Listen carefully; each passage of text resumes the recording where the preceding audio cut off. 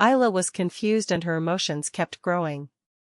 Still, for now, he had no choice but to trust Cloud's words and carry on as usual.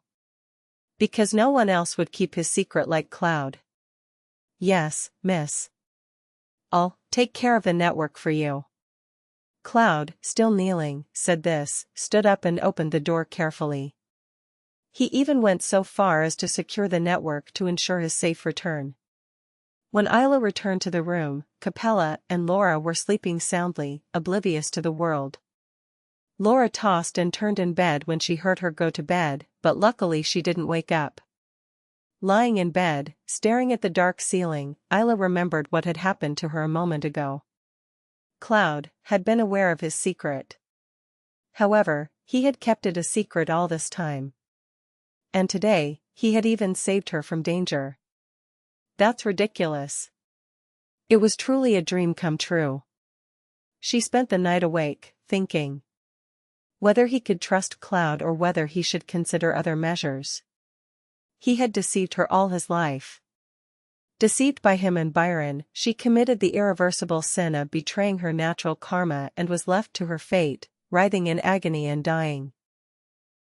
But that hadn't happened yet. And Cloud was the only one who cared a little about her, unlike the others who looked down on her.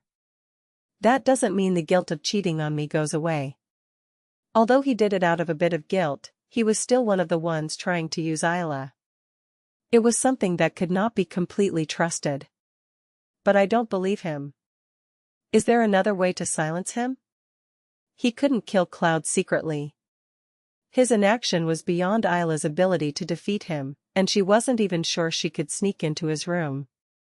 No matter how careless she was, hadn't he caught her today?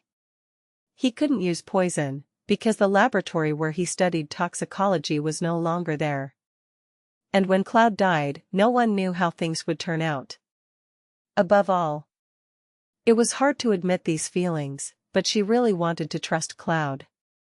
In this terrible place with cliffs everywhere, there is even a person on his side. He let out a breathy laugh without realizing it. Wasn't it ridiculous?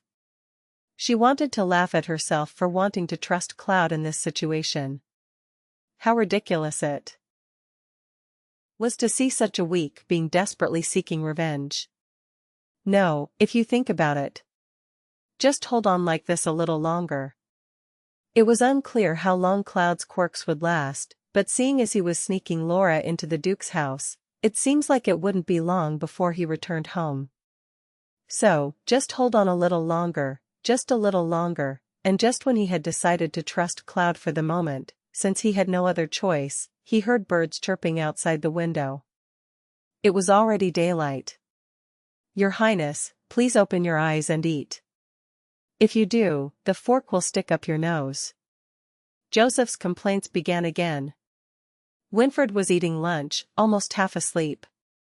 Thank goodness I had lunch alone today. If anyone had been there, they would have criticized the Crown Prince for his table manners, saying that they were unimaginable. No, but if there were guests, I wouldn't act so naturally. Although Winfred usually behaved naturally in front of Joseph, it was fortunate that when they observed him, he seemed like a perfect and blameless crown prince. And at the Chamberlain's complaints, Winfred opened her mouth wide, yawned, and rubbed her eyes. Let me have fun today. I'm very sleepy. The professor in charge of the economics class scheduled for after lunch had given him so much homework that he had barely managed to finish it after staying up all night and working until the sky began to dimly light up. The topic was the impact of the income level of the lower class on the economy of the empire. Although he didn't say anything, Joseph also felt sorry for the young crown prince's murderous schedule, so he simply poured coffee into his cup without saying anything. Winfred, who was chewing the salad in her mouth as she dozed, sat up suddenly as if something had occurred to her. What is happening, Your Highness? Task? I left my homework in my room. It was only when dawn broke that he finally finished his homework and left it on the desk in his bedroom. You can send someone to look for her, so finish eating. No. There's a reason I have to go. Joseph's suggestion was perfectly sensible and reasonable, but there was one major problem. There was a page where Winfred had drawn Ayla's face to relieve stress while working on her homework. The cause of the problem was that he finished his homework and fell into bed only to sleep for an hour or two. Winfred finished her meal, gulping down the still steaming coffee, although it wasn't even hot. He had to run to the bedroom. Idiot! How could you sleep without having to hide that drawing? He went to the bedroom and hit his head against the wall. He couldn't help but feel guilty. It wouldn't matter if Joseph, who had already seen it, was caught, but if the spy his uncle had planted saw the photo. It was impossible to guarantee the safety of the hostage and the innocent Ayla. Winfred reached the bedroom and flung open the door. There was no one to call when he entered his room, but the problem was that there was someone inside.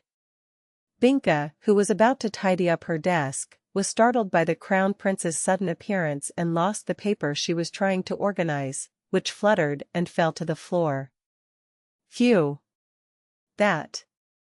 Winfred shouted and ran towards the sheaf of papers that had fallen to the floor. Unfortunately, Ayla's portrait, which was in the center, was on top with the order mixed up. He waved his arms furiously and hurried to hide Ayla's painting behind his back. Then, looking at Binka with longing eyes, he asked, "Oh, have you seen it?" I sincerely hoped he didn't see it. I sincerely hoped it was so short that I wouldn't see it properly. A portrait of a girl? Yes, I saw it. But unfortunately, his wish did not come true. Apparently, Binka's visual acuity was quite good, since she had already seen the painting in that fleeting moment. I was broke. In that brief moment, Winfred ran through tens of thousands of calculations in her mind. What if Binka starts spreading rumors? No, I don't think she's the type to leave her mouth open. But still, you can't be sure. And his imagination didn't stop there. I wonder if Binka is a spy infiltrated by my uncle. He's only 17 years old. Still, they wouldn't use a 17-year-old girl as a spy, would they? But considering he's using Ayla, I can't rule out Binka being a spy just because of her youth. She even considered the possibility that Byron had infiltrated her and approached him on purpose, but no matter how much she thought about it, it seemed unlikely. How could someone like your uncle accidentally find the precious handkerchief he lost? Wasn't it absurd? And if I were a real spy, would I be so careless? Joseph always scolds her for making silly mistakes. While Winfred was sweating profusely, thinking about this, Binka approached him, with the same nervous expression as when she made a mistake. Then he began to pick up the papers that had fallen to the floor. "I'm sorry, Your Highness. I was so startled that..." "Oh, no. I just walked in suddenly, that's all." He stared at Binka, who was staring at the paper. How was I going to bring up the topic? I should tell him to keep what he saw today a secret. But before Winfred could speak, Binka slammed the player. "Don't worry, Your Highness. I won't tell anyone." "Yeah? I'm referring to that drawing." Binka carefully organized the papers and placed them back on the desk, then smiled happily. It was a warm and comforting smile. "Your Highness, you keep my secrets, so I wonder if I can't do much for you." At Binka's words, Winfred finally realized something important. That's right, Binka and I are special people who share secrets. It was just another secret between the two of them. "Thank you."